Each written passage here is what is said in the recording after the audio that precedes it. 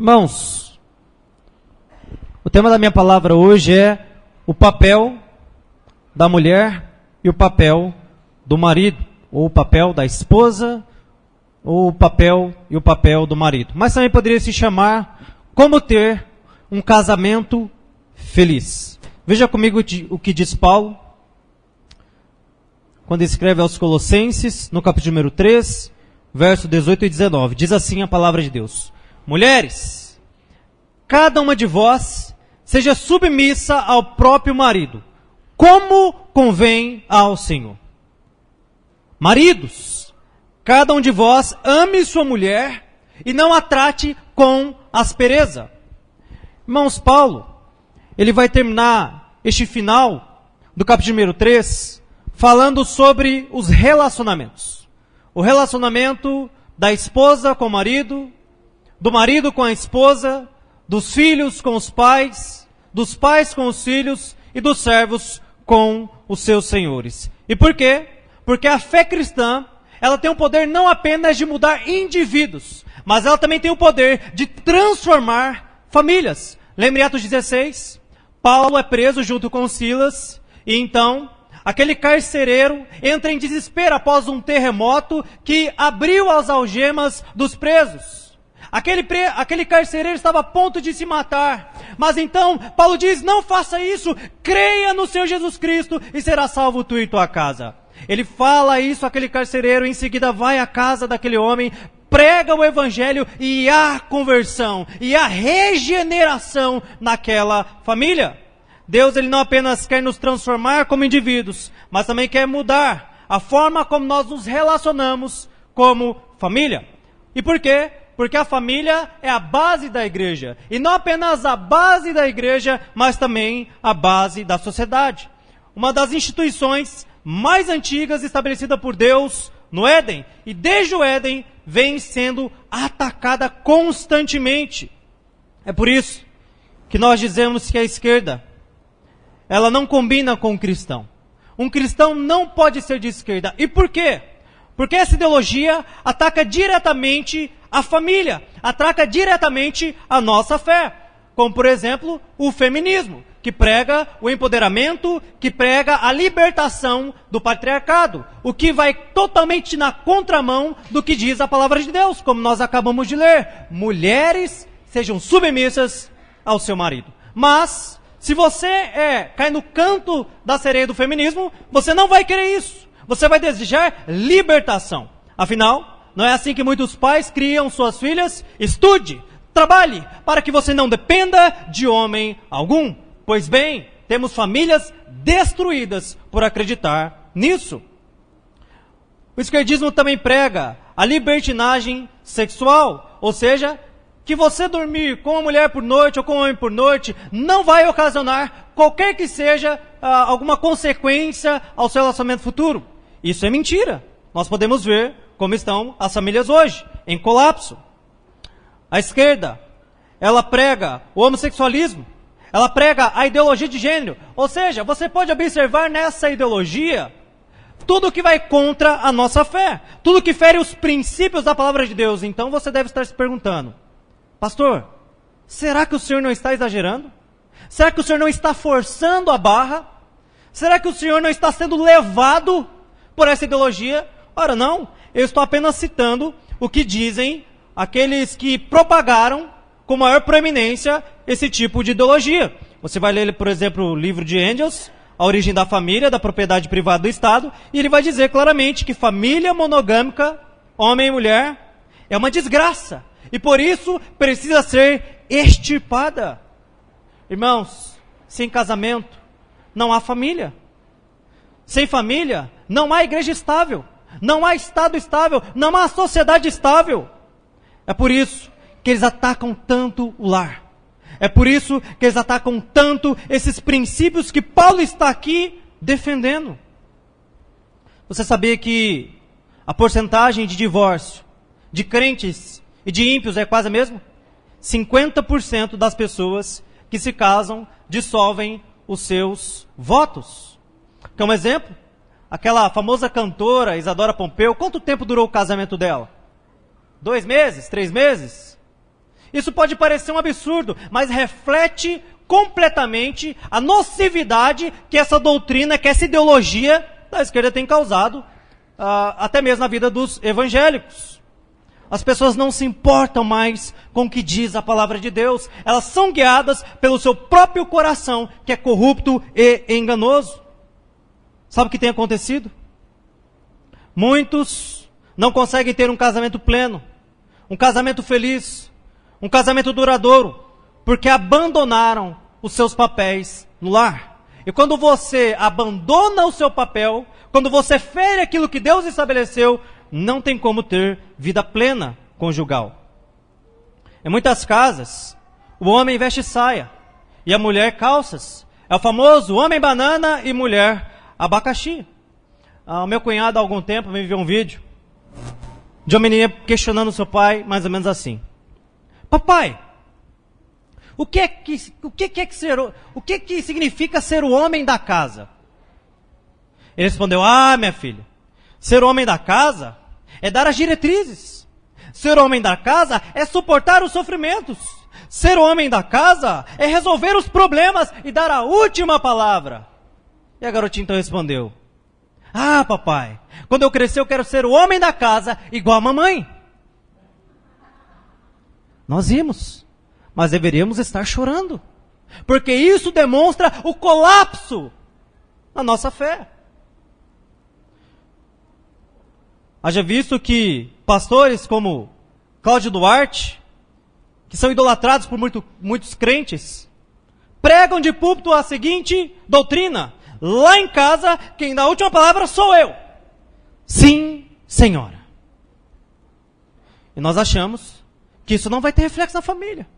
Nós achamos que por desobedecermos a palavra de Deus, não vai ter consequências. Mas há consequências. Quando o homem ou uma mulher não sabe o seu lugar na família, o resultado é só destruição e sofrimento.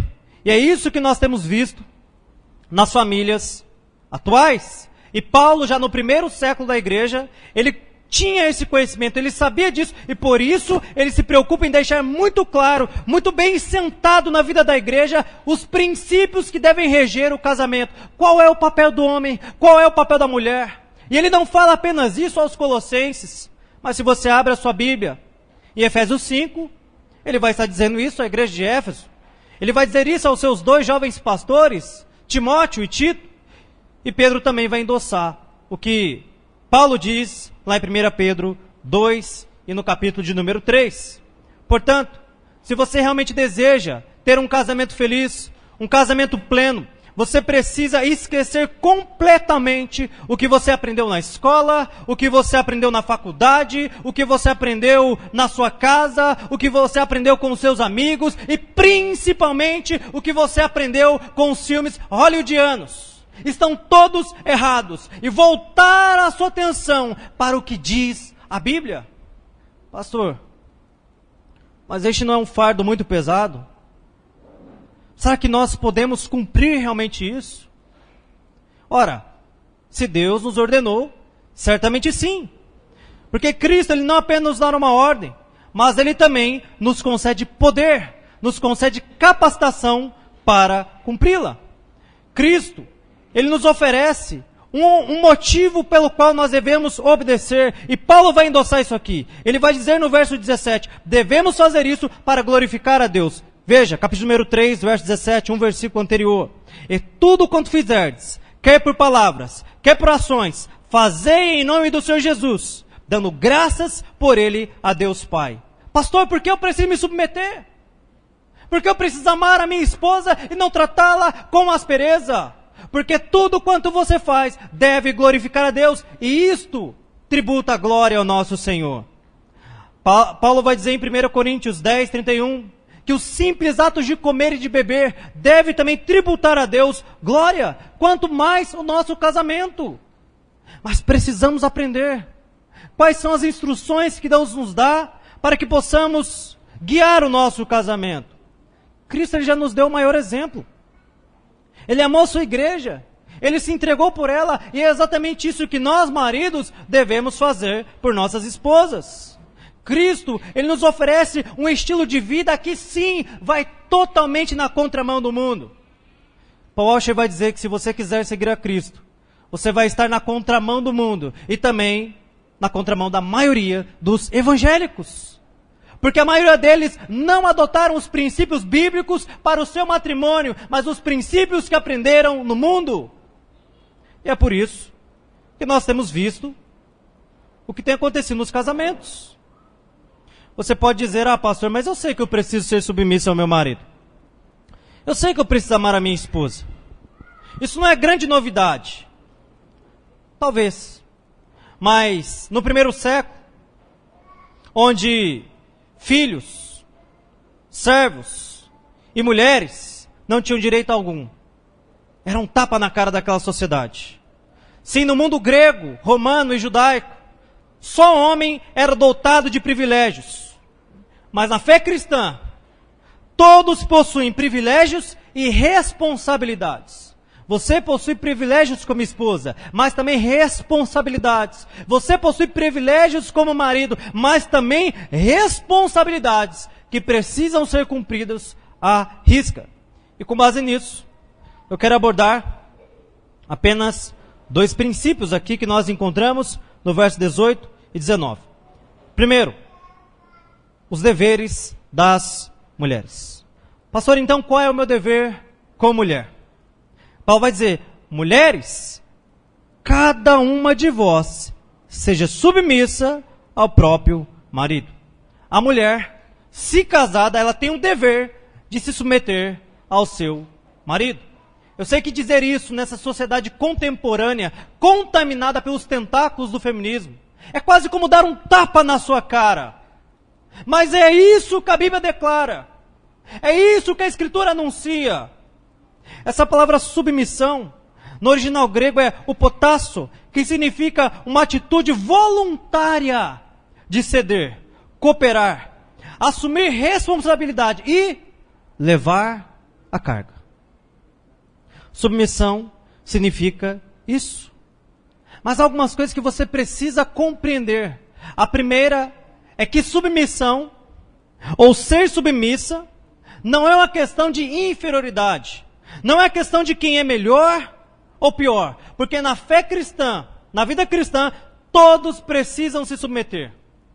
Os filhos aos pais, a esposa ao marido, o marido a Cristo, os servos aos senhores. Todos precisam de algum modo se submeter a alguém. O homem e a mulher são iguais em valor diante de Deus, mas possuem funções diferentes. A mulher veio do homem, e agora o homem vem da mulher. Então, minha irmã, antes de qualquer coisa, entenda isso. Se submeter, ser submissa, não é uma questão de quem é melhor ou pior. É uma questão de exercer a função pela qual Deus te criou. Mas segundo, submissão não é escravidão ou subjugação. O marido, ele não deve ser um tirano. O marido não deve ser um déspota. O marido não deve ser um ditador na sua casa. O marido tem o dever de exercer uma liderança amorosa e santificadora. Essa responsabilidade que você tem como marido, ela é grandiosa. E ela carrega um peso enorme, pois o Senhor pedirá conta disso. Ou seja, o que é submissão? É entender a sua função na estrutura familiar. É saber que Deus, ele te criou para um propósito. E quando você desvia desse propósito, não tem como ter casamento feliz. Imagine que você chega aqui e há um corpo sem cabeça aqui. Você diria, que isso? É a família Adams? Estranho. Mas digamos que você chega aqui e veja um corpo que tem 2 cabeças. Você pensaria, há algo de errado. Existe uma anomalia ali. Mas em muitas casas é assim. Ou não tem liderança alguma, ou tem 2 cabeças liderando, o homem e a mulher. Não tem como viver um casamento pleno assim. Portanto, essa submissão deve ser voluntária. Ser submissa é estar debaixo de uma mesma missão. Submissão. E que missão é essa? Glorificar a Cristo.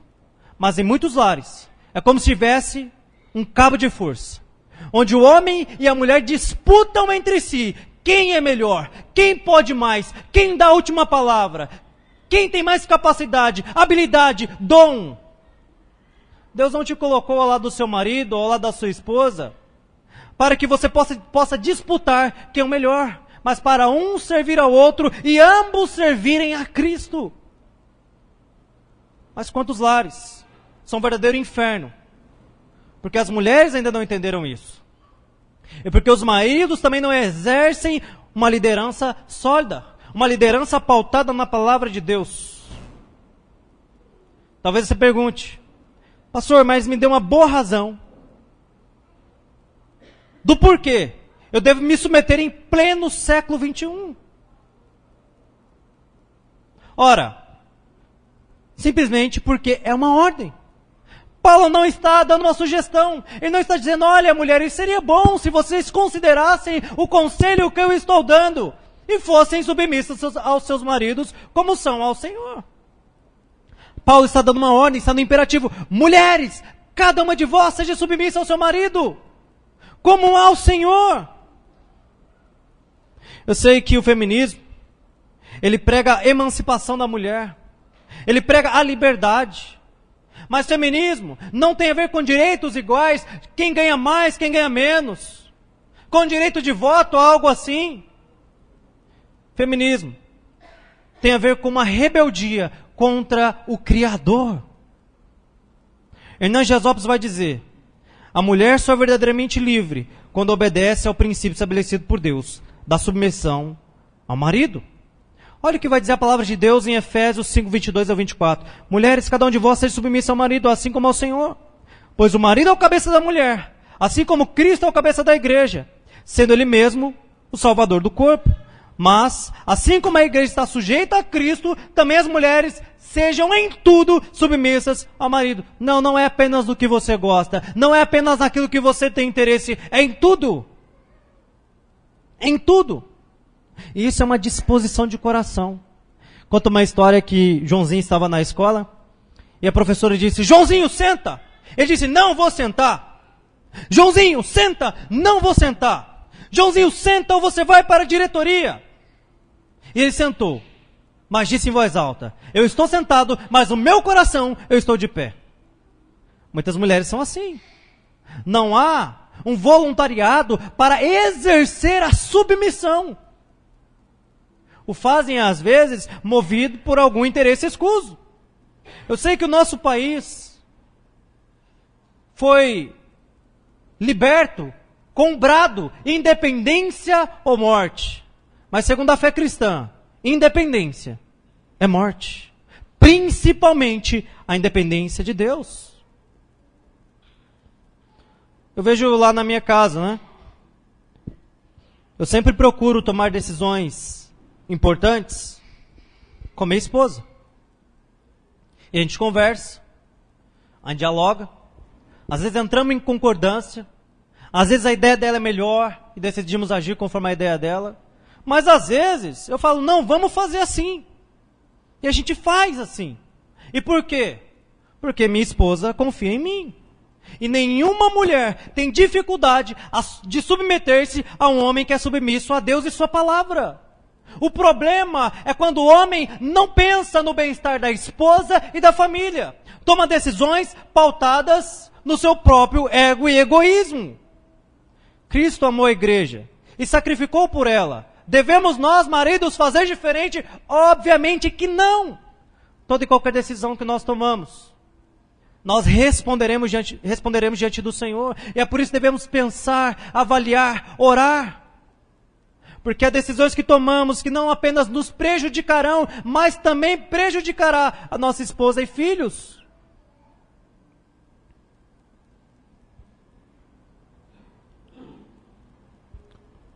Irmão, você quer fazer o seu marido se sentir amado? Você quer fazer o seu marido se sentir respeitado, quisto, valorizado? Você quer fazer isso com ele? Submeta-se. sirva-o, apoie-o, obedeça-lhe. Há mulheres que até conseguem concordar com uma decisão que estão contrariada. O marido fala, nós vamos fazer assim. E a mulher diz, tá bom. Mas nós somos seres humanos. Nós erramos. E o que a mulher faz? O marido erra, dá errado. Te avisei. Falei que ia dar errado. Você não me ouviu. E fica gotejando.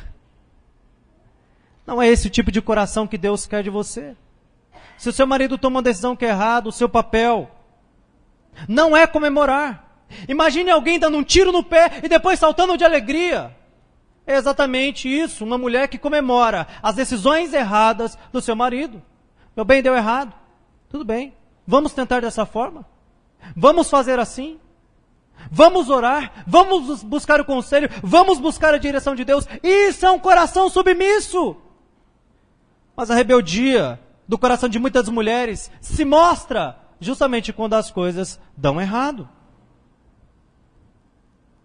Paulo vai dizer que submissão, minha irmã, é uma atitude espiritual. Ele vai dizer, mulheres, cada uma de vós seja submissa ao próprio marido. Mas veja a parte B, como convém no Senhor.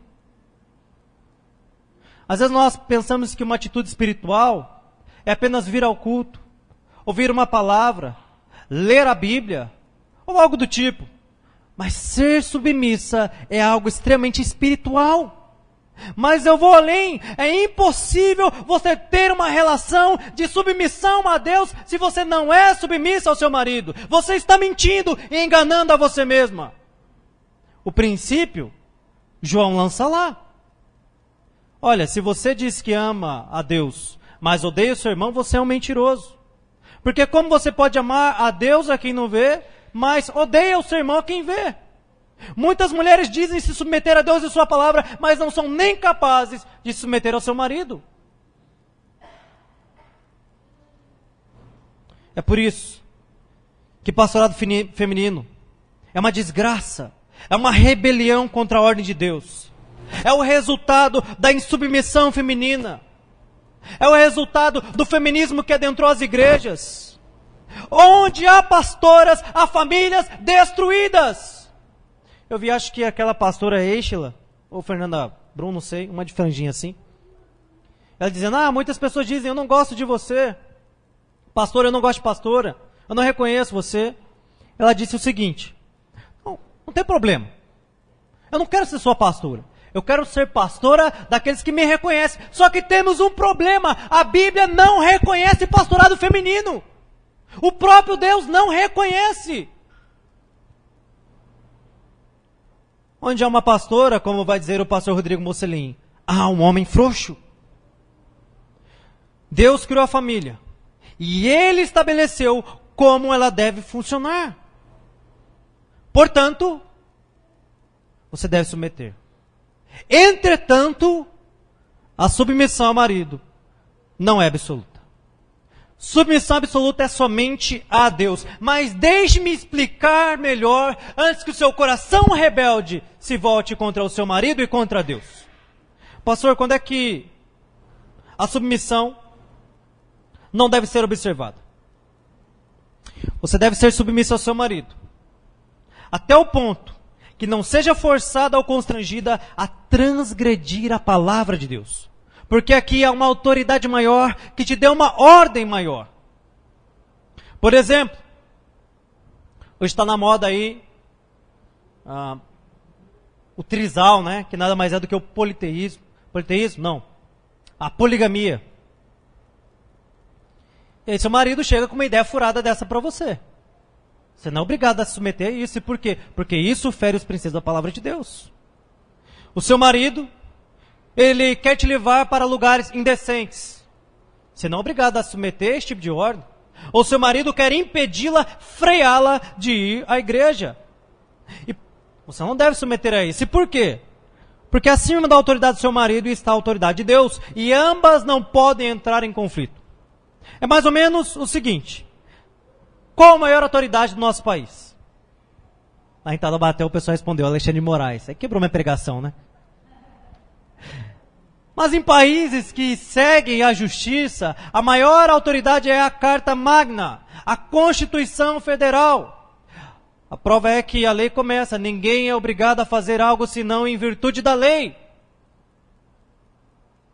Todos, sem exceção, devem se submeter a ela. Ninguém está acima da lei. Nenhum magistrado, nenhum presidente, ou qualquer outro que seja. Todos devem se submeter à lei.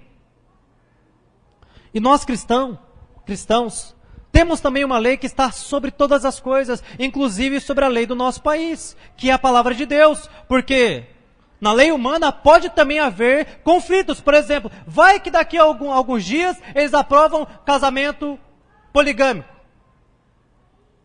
Vai que daqui a alguns dias eles aprovam casamento pedófilo. Casamento de homens, de seres humanos com animais. Ou algo do gênero. Nós não devemos nos submeter a isso. Não devemos nem celebrar esse tipo de coisa. Por quê? Porque fere a palavra de Deus. E acima de qualquer homem, acima da lei do país, está a lei de Deus. Assim também na sua casa. Obviamente, eu não estou dizendo aqui para que você haja com falta de sabedoria. Não, eu não vou te obedecer porque a palavra de Deus é meu guia. E você está indo contra ela. Tenha sabedoria. Tenha sabedoria. Eu lembro de uma irmã que congregou muitos anos conosco, mas que já descansa nos braços do Senhor.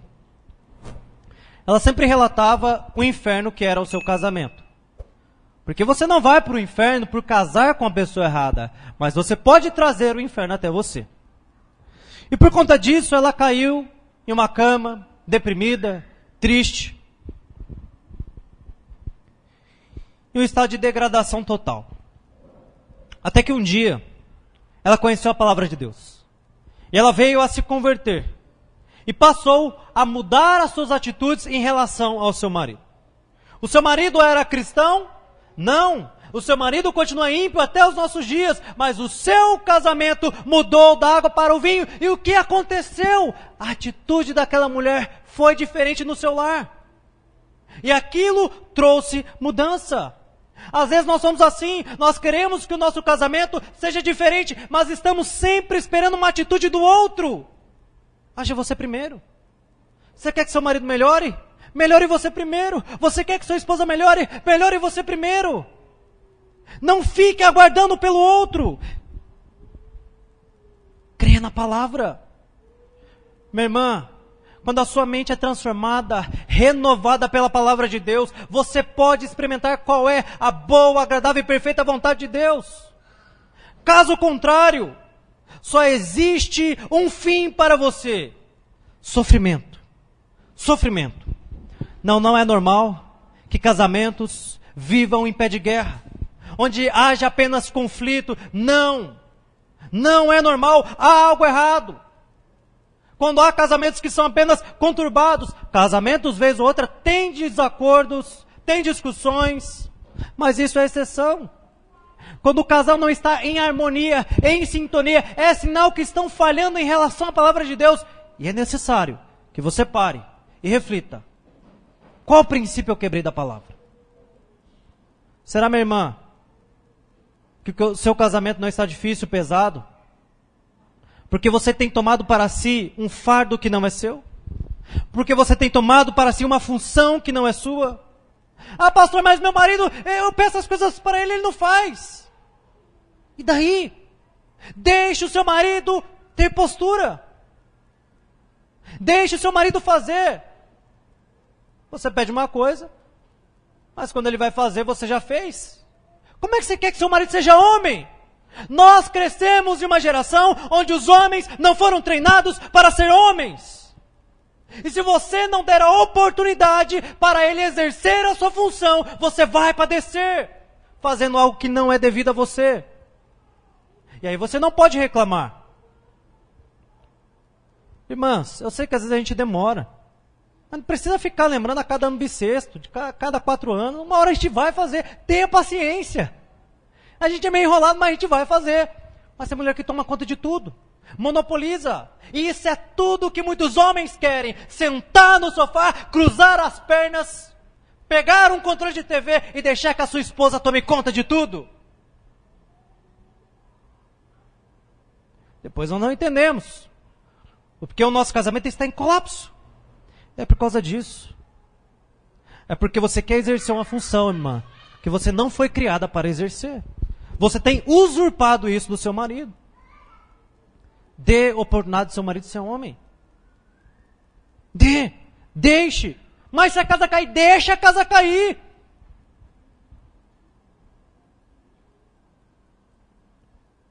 Mas às vezes, nós, no fundo, nós não cremos na palavra de Deus.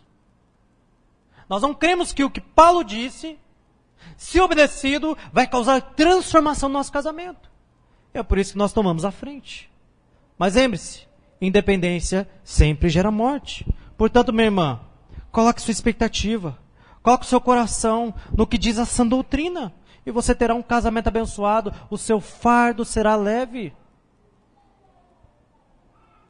Como promete a Escritura. Segundo princípio.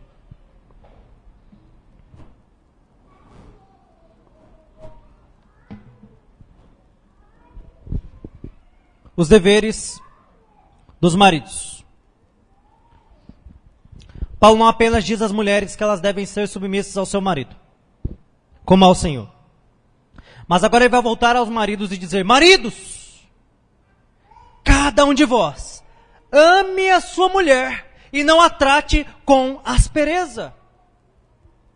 Isso pode parecer algo simples, mas quando você entende o que é o amor bíblico, você vai perceber que não é assim. Se a mulher deve se submeter a você, marido, como a igreja a Cristo, você tem o dever e a responsabilidade de amar a sua esposa como Cristo ama a igreja, e inclusive morreu por ela. Amar a sua esposa, meu irmão, não é uma sugestão, não é um mero conselho, é uma ordem. Efésios 5:25 também vai dizer: maridos, cada um de vós ame sua mulher, assim como Cristo amou a igreja e a si mesmo se entregou por ela. Assim como submeter-se foi algo que Deus disse à mulher, amar é algo que Deus disse ao homem. Mas o que é o amor? Porque muitos de nós não sabemos o que é o amor. Temos para nós que amar é aquele fogo, é aquela paixão, é aquele sentimento avassalador que nasce em nosso coração. Mas isso é um sentimento volátil que geralmente acaba no primeiro ano de casamento. O que precisamos realmente é aprender a amar. E eu não vou ousar aqui dar a minha definição do que é amor. Vamos olhar para a Escritura e perguntar: Paulo, o que é amor? E deixar que ele nos responda. Então, veja o que Paulo diz em 1 Coríntios, capítulo número 13, do verso 4 ao 8. Ele vai dizer: o amor é paciente. Meu irmão, você tem sido paciente com a sua esposa? Você tem ouvido o que ela tem a dizer? Você tem sido amoroso com ela para dar-lhe tempo de qualidade? Eu sei, irmãos, as mulheres falam demais.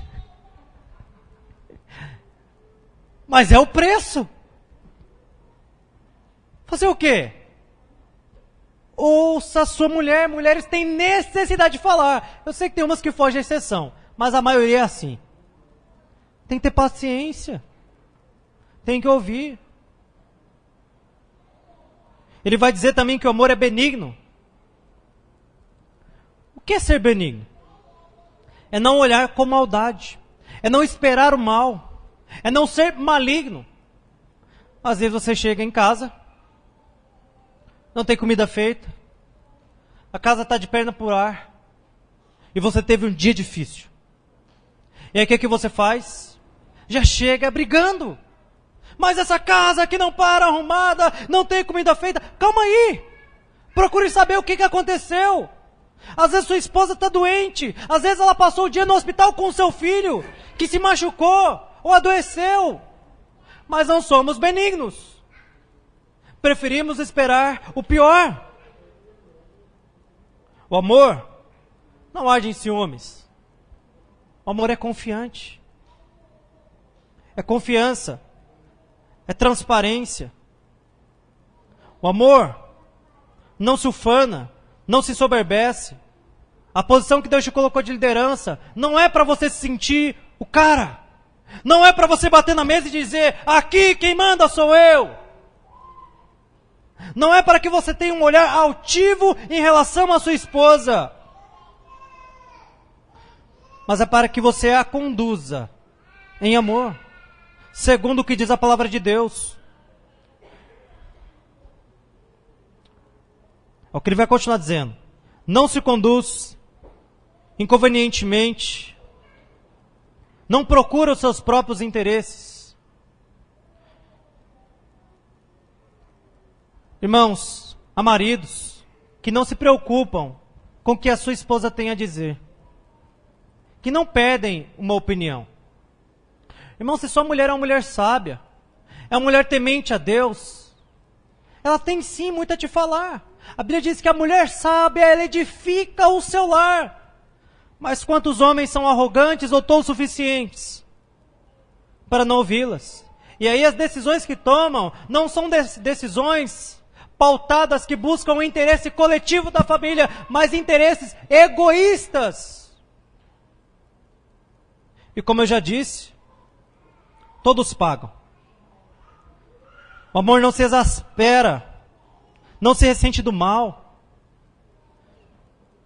Irmãos, se tem uma coisa que é horrível, é homem melindroso.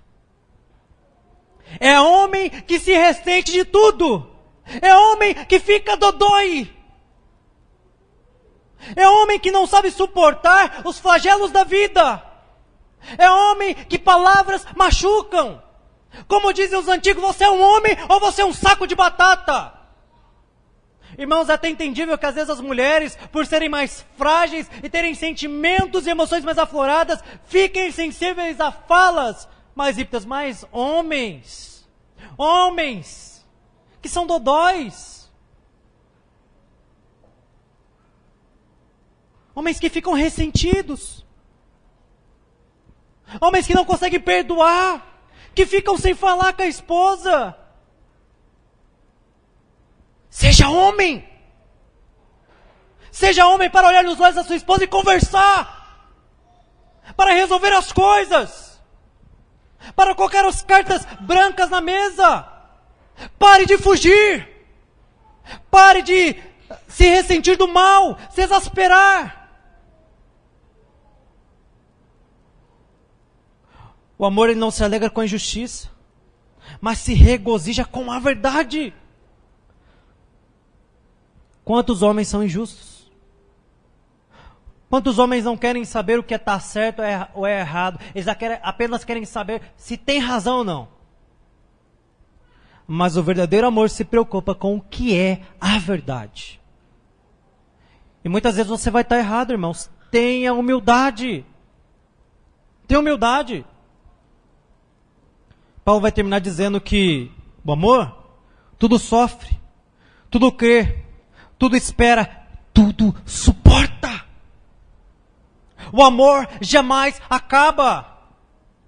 É isso que declara a Escritura. Mas quantos homens frouxos dissolvem os seus matrimônios como se fossem feitos de papel?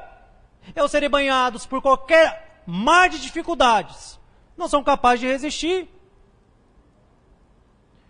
Irmão, você foi chamado para ser pilar de sua casa, para liderar, para aguentar o tranco. Para de choramingar.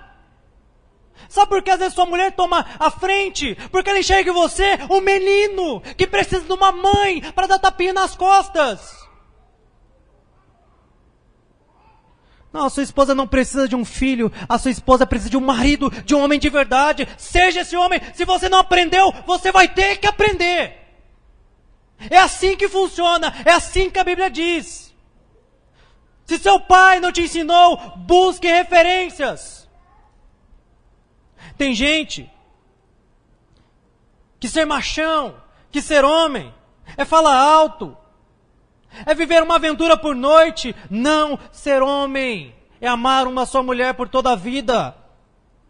Porque o amor jamais acaba. Sim, quando a sua esposa já estiver mais velhinha, parecendo um maracujá, você não trocar de 40 por 2 de 20. Faz parte. Quando o seu marido estiver barrigudo, parecendo Shrek, você não buscar um novinho. O amor, ele resiste às paixões. Hernandes Jesus vai dizer: o amor do marido pela esposa deve ser perseverante, santificador, cuidadoso, romântico e sacrificial. Irmãos, eu vi o meu sogro apenas uma vez na vida, pessoalmente. E conversei com ele também apenas uma vez na vida, pessoalmente. E ele me dirigiu apenas uma frase, que é: cuide bem da minha filha. E às vezes eu estou muito irritado com a minha esposa. Mas essa frase não sai da minha cabeça. A visão do meu sogro entregando a sua filha a mim e dizendo: cuide bem da minha filha. Mas sabe de uma coisa? Não é o meu sogro ou o seu sogro que disse: ame a minha filha, mas é o próprio Deus que diz: ame a sua esposa, ame a minha filha e não a trate com aspereza. Irmãos, as palavras de um homem são importantes quanto a mais de Deus. Paulo vai além, ele vai dizer que tratá-la mal é pecado, ele vai dizer: não a trate com aspereza. Essa palavra aspereza, ou amargura, no original grego é pikraino, que significa amargo, chato, irritante. Ou seja, Paulo vai exortar os maridos a não serem rabugentos, a não fazerem tempestade em copo d'água, a amarem. Irmãos, para aqui. Pense comigo um pouquinho, meu irmão. Se Cristo te tratasse da mesma forma que você trata a sua esposa, como você estaria hoje? Hã? Se Cristo te tratasse com impaciência, resmungos, agressividade, ira, como você estaria hoje se Cristo te tratasse da mesma forma que você trata a sua esposa? Mas muitos maridos são assim, resmungões. Isso traz tensão ao lar, isso traz instabilidade ao casamento. Marido que chega reclamando do trabalho, de dívida, de alguém. O que a sua esposa tem a ver com isso? O que seus filhos têm a ver com isso? Suporte! Suporte! Você, na sua casa, deve ser um porto seguro para a sua família. A mulher é a parte mais frágil. Como é que você acha que seus filhos e sua esposa se sente quando você chega dessa forma na sua casa? Quando eles que não têm nada a ver com o que aconteceu no seu serviço, ou com fulano e ciclano, recebem toda a punição por estes desentendimentos que não tem nada a ver com eles. Eu não estou dizendo que você não possa conversar com sua esposa sobre certa situação. Mas conversar é uma coisa, extravasar as suas frustrações é outra. Eu converso com a minha esposa. Algumas coisas no ministério, outras não. Mas algumas coisas eu converso. E a esposa, ela tem alguns bons conselhos a nos dar, né? Eu estava conversando com a minha esposa um certo dia sobre uma situação, né, que estava acontecendo e tal. E ela me disse: olha, eu acho que você não está sendo benigno. Precisa orar mais. Você está inflamado. Satanás tomou o seu coração. E não sabe, sabe de uma coisa? Não é que ela estava certa. Depois eu fui orar e falei: é verdade, Satanás tomou meu coração. Ele quis me inflamar nessa situação. Irmãos, quantos maridos não dão ouvidos? Reclamar não adianta nada. Às vezes você precisa falar: ore comigo, ore junto a mim. Mas reclamar, ocupar a sua esposa por algo que você não faz direito, por algo que é sua responsabilidade, isso é pecado. O amor do marido pela esposa, o impede de agredi-lo com palavras e fisicamente. Tem maridos que não são capazes de tocar um só dedo em suas esposas, mas a agridem a todo tempo com palavras duras. São um arsenal de críticas. Nada que a esposa faz está bom. O arroz está queimado, o arroz está salgado. Não há um elogio. Não há reconhecimento por seus esforços. Irmãos, todos nós gostamos disso. Faz bem. Isso traz manutenção ao lar. Não é que você precise ficar dando tapinha nas costas o tempo todo. Mas é válido reconhecer. Nada fere mais uma mulher do que palavras rudes. Aquilo fica na mente. É horrível. A sua mulher é como um jardim. Você deve cultivar. Você deve cuidar. Você deve guardar. Adão não fez isso direito e Satanás enganou Eva. Mas muitos maridos também não têm feito isso. Eu sei que há um dito popular que é: a grama do vizinho sempre é mais verde. Mas será que não é porque o vizinho cultiva e guarda o seu jardim e você não? Eu vi uma imagem esses dias no Instagram que era mais ou menos assim. No namoro. Aí a moça toda bonita, esbelta, arrumada, maquiada, cabelo feito. No casamento, a mulher toda desgrelhada, camisa da Dilma, né? E alguém muito sábio comentou lá, né? É que na primeira foto, era como os pais a tratavam. Na segunda é como você a trata. Às vezes você quer ter uma mulher bem cuidada, mas você não investe. Você não paga para ir num salãozinho. Dá um trato nas unhas, no cabelo. Mas você quer jardim bem cuidado, jardim bonito? Não tem como. Não tem como. Qual foi a última vez que você elogiou sua esposa? Fez um agrado sem segunda intenções? Deu-lhe um presente? A beijou? Quando a gente está ali naquela fase de se conhecer, né? É um fogo, é uma euforia. Quer beijar, quer se abraçar. Mas aí casa e nem um selinho para dormir dá, de boa noite. Dias e dias. Não faz a manutenção. Qual foi a última vez que você a levou para sair? Pagou nem que seja um sorvete? Reparou que ela fez o cabelo, a unha? Se maquiou? Qual foi a última vez? Pastor, eu não tenho dinheiro para isso. Eu não tenho dinheiro para ficar dando roupa para minha esposa. Leva ela no brechó.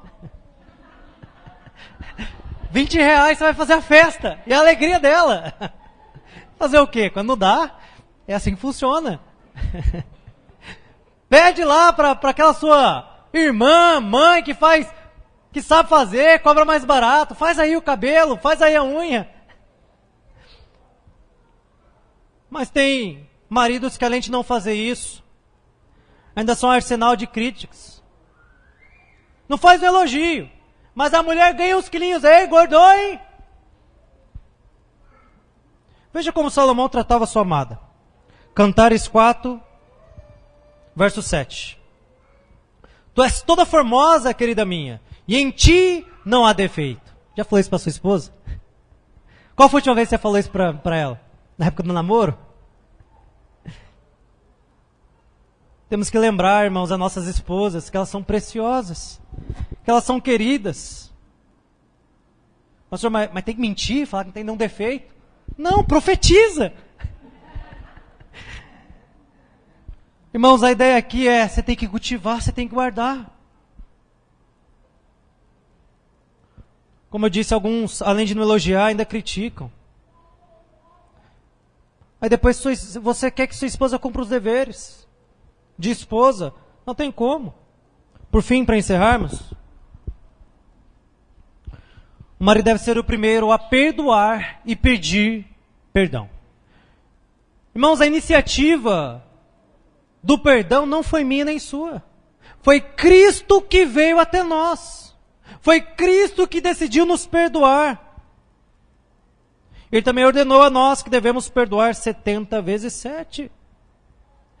Mas quantos maridos são cascudos, de dura cerviz, não são rápidos a perdoar, não são rápidos a reconhecer seus erros, não são rápidos a zelar pelo bem-estar da família, preferem o silêncio, a indiferença. Irmãos, não tem nada mais destrutivo a uma família do que maridos que ficam enviando recado para a esposa. Fala assim, olha, filho, vai lá e avisa seu pai se ele quer almoçar hoje. Aí a criança chega, pai, mãe perguntou se você quer almoçar. Fala para sua mãe que eu quero almoçar, pede para ela colocar a minha comida. Aí o filho vai, o pai quer almoçar. Peraí, tá ali um do lado do outro, gente. Mas é um coração duro. Uma cerviz dura. Não se quebranta, não dá o braço a torcer. Não zela pelo bem-estar da família, pelo vínculo da paz. Você sabe quem mais pede perdão lá em casa? Obviamente que é minha esposa, né? Porque eu sou pastor. Estou mais próximo de Deus, né? Pastor erra menos. Tô aí, quase um querubim. De maneira alguma. Lá em casa, quem mais pede perdão sou eu. Eu creio que eu erro mais.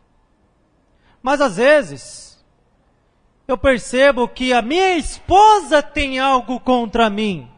E neste caso, qual é a ordem bíblica? Se você sabe que o teu irmão tem algo contra ti, vai resolver. Vai pedir perdão.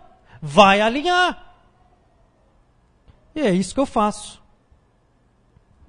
Isso quer dizer que seu esposo, ou sua esposa não vai errar mais? Óbvio que não. São pecadores que disseram sim, como vai dizer Dave Harvey. Porém, o erro do seu marido não deve justificar a sua atitude insubmissa. E o erro da sua esposa não deve justificar a sua atitude de indiferença e aspereza. Ah, eu traí minha esposa, por quê? Ah, porque ela não namorava comigo. É? Mas qual foi o voto que você fez? Na saúde, na doença, na riqueza, na pobreza. Temos facilidade de incumprir esses votos quando as coisas vão bem. Mas e quando vão mal? Casamento, irmãos, é uma expressão do Calvário. É uma expressão do que Cristo fez por nós. E é por isso que nós devemos também fazer o mesmo com a nossa esposa. Portanto, se você quer ter um casamento feliz, comece, minha irmã, entendendo o seu papel. Comece, meu irmão, entendendo o seu papel. Comece depositando a sua fé no que declara as Sagradas Escrituras. E você verá que você terá um casamento duradouro, feliz e que, acima de tudo, glorifica a Deus. Você crê nisso? Vamos colocar de pé?